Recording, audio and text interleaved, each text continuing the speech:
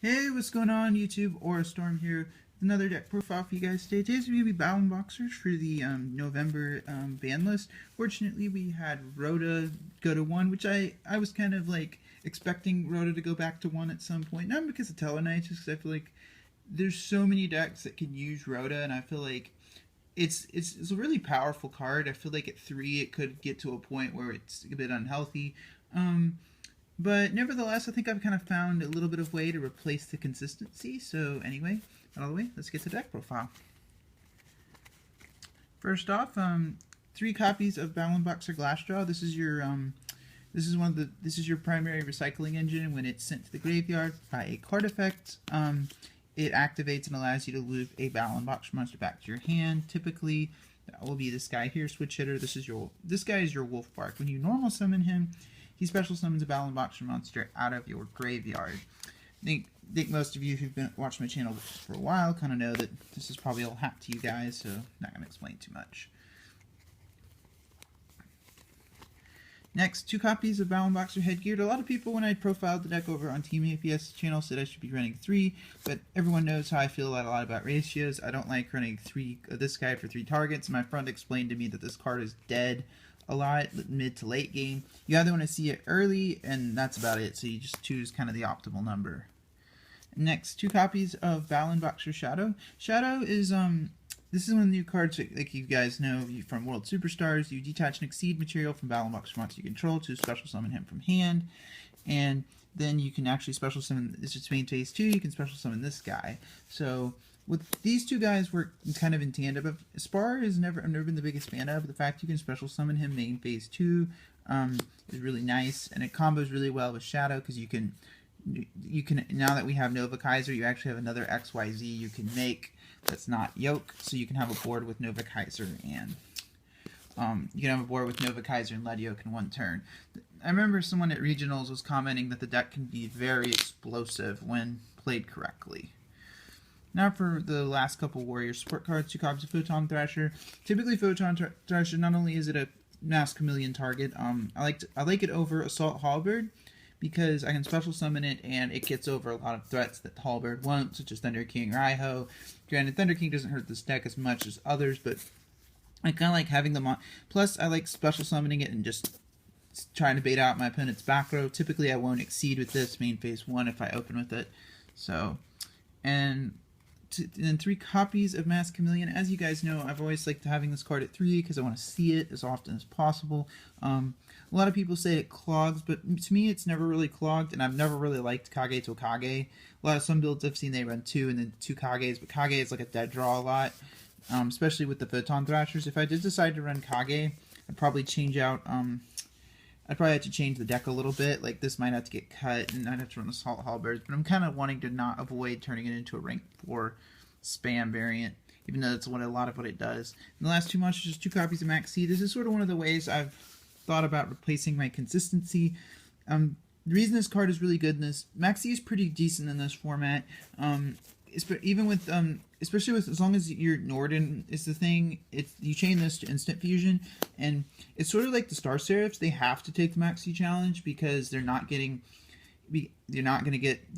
not going to get all their effects off. So it's one of the things I really like about this card, is that it's really good if you chain it to instant fusion. It's also pretty decent against Gradles if you chain this to their Gradle Slime, because Gradle Slime activates, so you can chain Maxi, and they're gonna have to go into their synchro play, which means you're gonna probably draw 3 cards, which is really nice.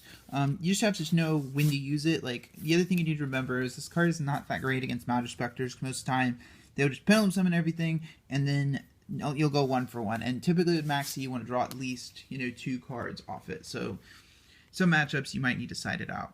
Now we're getting to the spells. Some of the consistency places is 3 Upstart Goblins. I hate Pot of Duality in this deck because it doesn't allow me to spam.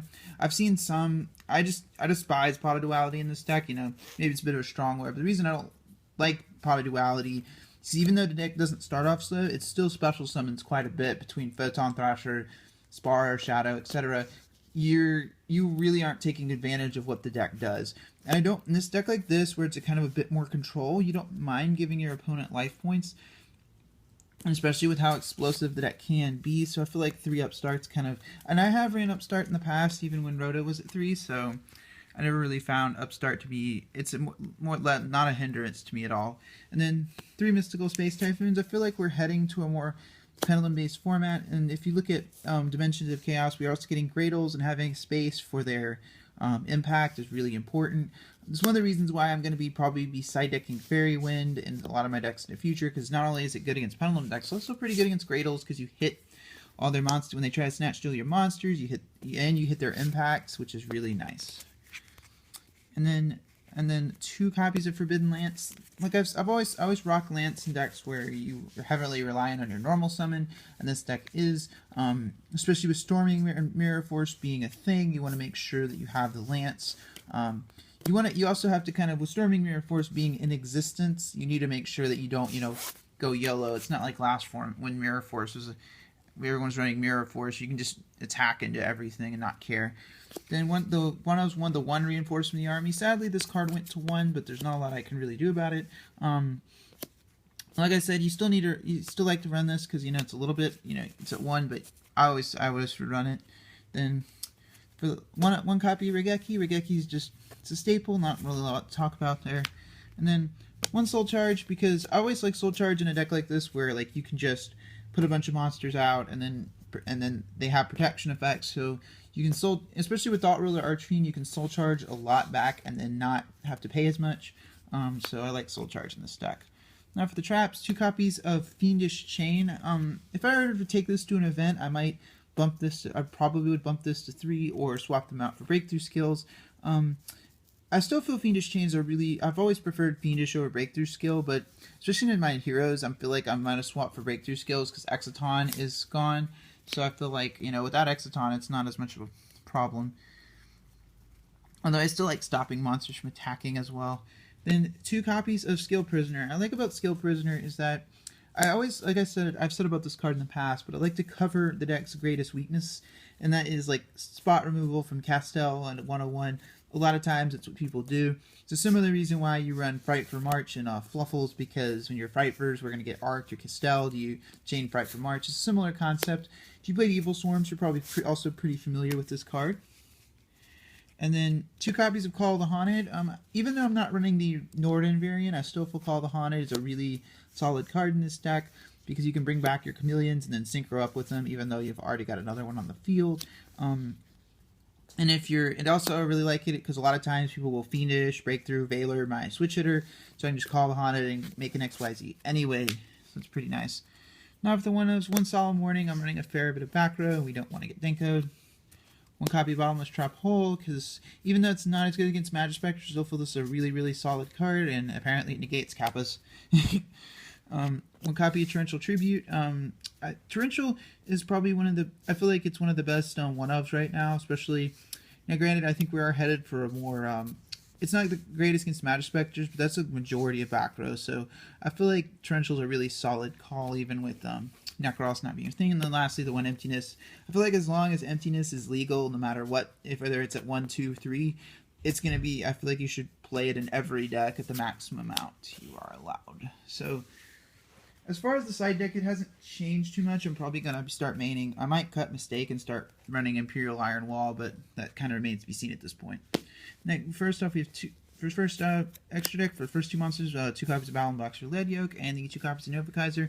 Like I've said in previous deck profiles, you really don't need this at 3 anymore, and the same thing goes for Novemeber. Typically, you will not make this more than twice anymore. Half the time, I would hardly make it more than that anyways, but I feel like, that's kind of the staple at this point.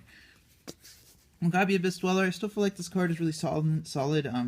Even though, again, especially in the Gradle matchup, being able to stop their snatch stealings, because like in the deck like Battlin Boxers, you don't want your shit getting snatched, so Dweller kind of deals with that.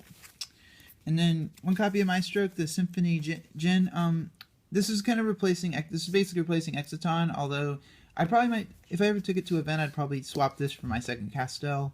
But I feel like Maestroke's actually always like Maestroke in this deck, because you can actually, with his protection effect, you can trigger Blastraw's effect. And it's just something you can sit on, and if you're not in the greatest position, I've always liked the card personally, so that's why it's in here.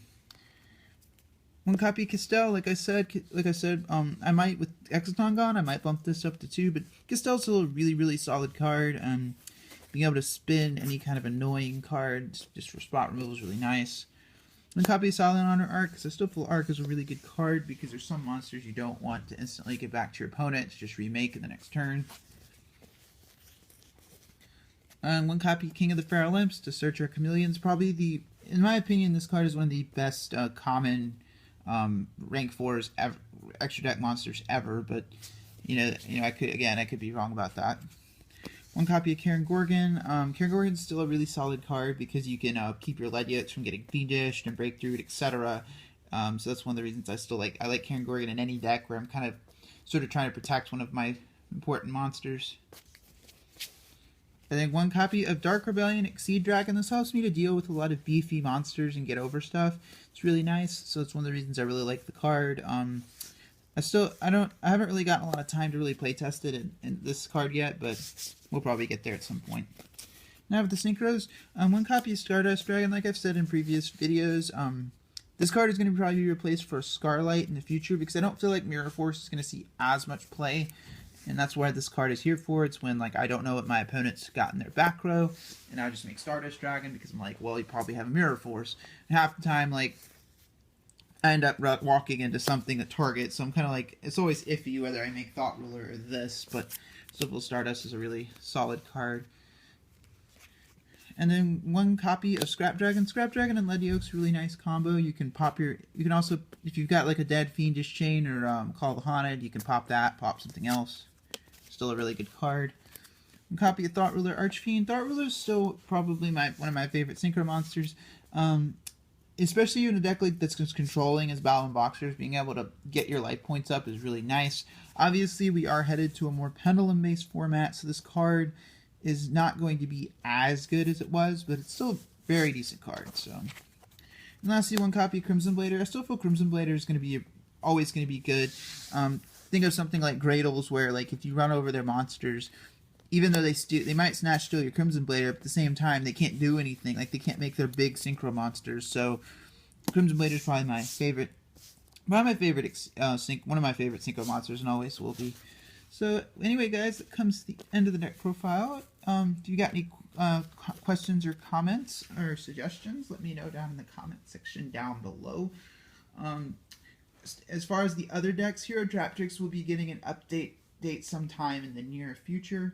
Blackwings probably are pretty much what they were last format. I haven't really adjusted the deck too much. And Fable Dark Worlds will be getting an update pretty dang soon.